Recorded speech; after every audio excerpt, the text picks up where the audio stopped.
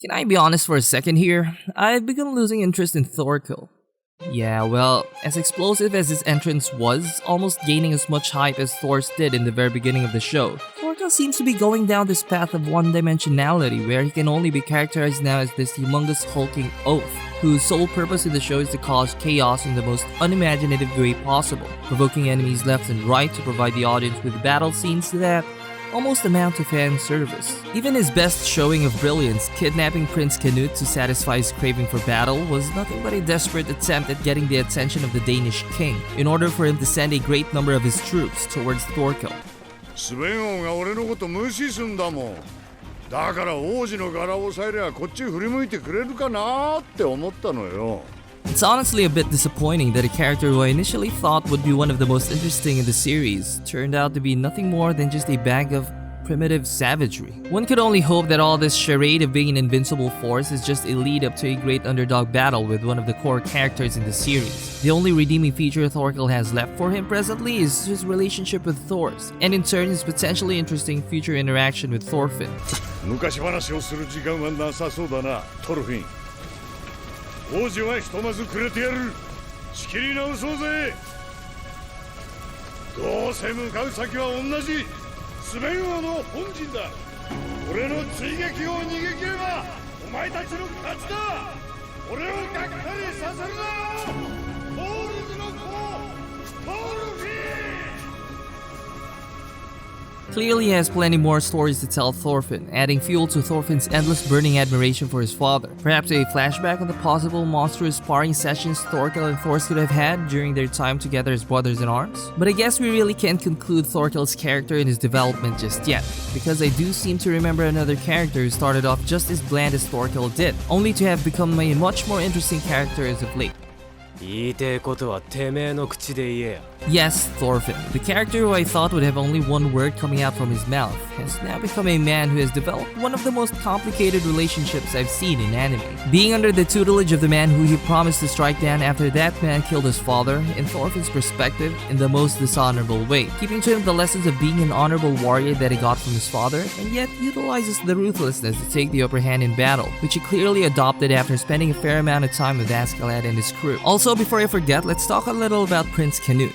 He really hasn't made any significant impact yet, perhaps due to the fact that he's still this meek young boy who fears that any careless action he'd mistakenly commit or any thoughtless word that would come out from his mouth would cause ripples that would most likely turn out unfavorably for him and any party involved. But perhaps due to his time spent together with Thorfinn, Prince Canute may actually be able to break free from his shell. 僕は自分の発言の正しさを主張しているだけだ。はいはい、分かったって。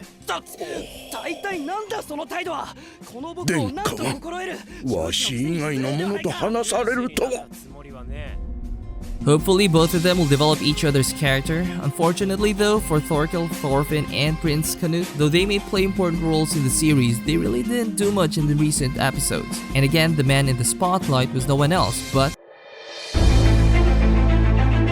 Though you really can't blame Askeladd, being the compelling character that he is. Just when you thought he'd continue to treat Thorfinn like the same kid that's been following him since that fateful day, Askeladd throws a curveball and actually takes him seriously this time around, and instills in him the wisdom he's gained throughout the years. A scene that didn't only provide a little change of pace, but in its own little way, a subtle excitement for those who have really invested in Askeladd and Thorfinn's relationship, which I guess would be most of us. まあつまりだな。人間の世界は緩やかに だが確実に老いてきてるってことさ。ローマ人をサクソンが滅ぼし、そのサクソンを今度は俺たちが滅ぼす。かつてのローマ帝国の栄光は遠い過去になる。 And of course, a clear hint on Askeladd's true past, why he knows so much about the Bretonnians who lived in the ruins they stood, and how his true heritage could actually shake things up in a very interesting way. Well, let's save that for later because we really can't not talk about this one, can't we? Just when I thought Askeladd couldn't excite me any more than he already does with his very screen presence, he does this. Huh? and just takes everyone by surprise. Even Thorfinn, who has become almost immune to this sort of thing. He even takes the excitement a notch higher by declaring to his men that they would challenge Thorkel and his army to take Prince Canute for themselves, even though he has admitted that he and his own troops would pose no challenge to Thorkel's, which would add to Thorkel's image of being the ultimate hurdle that all the core characters so far must go through if they wish to advance their own stories. Promising fortune and glory to his men, it wasn't surprising at all that these people who have sworn undying loyalty towards Askeladd would shout in agreement to his insane plan. みすみす他の奴らに譲る手はねえぜ。おお。よーしやろう。俺たちの手柄だ。やってやろうぜ。But as exciting as Askeladd's declaration may have been, it actually didn't turn out as I expected, which honestly made me very happy. Instead of charging in, that clearly wasn't Askeladd's style. He's much smarter than that. Avoiding certain loss in the hands of Thorkel, he didn't face him head on. Instead, planned out a diversion that would enable Askeladd's, now one of his most trusted servants, Thorfinn, to rescue Prince Canute and guide him behind the smokescreen. Really though, these episodes initially raised questions more than it answered them. Just when and how did Askeladd start believing in Thorfinn that even Bjorn has begun to notice? As Thorfinn also began trusting Askeladd so much that he was actually willing to risk his life for a plan that clearly had a chance of him getting fatally wounded, or worse, dead? トルフィンなら王子を取ってこれると思ってんだろ。なんだかんだ言って、あんた結構信用してんだよ。Was Thorfinn really just following orders to get another shot at him in a duel? Or is there an unspoken faith between them already? Well, at least now some of the mysteries that revolved around Askeladd has now actually been answered. Clearly not just a mercenary like how he was first introduced, he actually carries in him a more important bloodline. Though I didn't notice it the first time, there actually was some great symbolism happening here that pertains to his past. As we pan towards the men's raised fists at the end of the 10th episode, where the background of the Britannian ruins were actually situated just above the men's fists, as if to signify that the former glory of Britannia will be reborn, ironically by an army of Danes led by a man of mixed heritage. But despite unveiling some of the mysteries surrounding Askeladd, there are still some left which continues to boggle my mind. Was Askeladd surprised to seeing Prince Canute for the first time nothing more than what Bjorn said out loud? 王子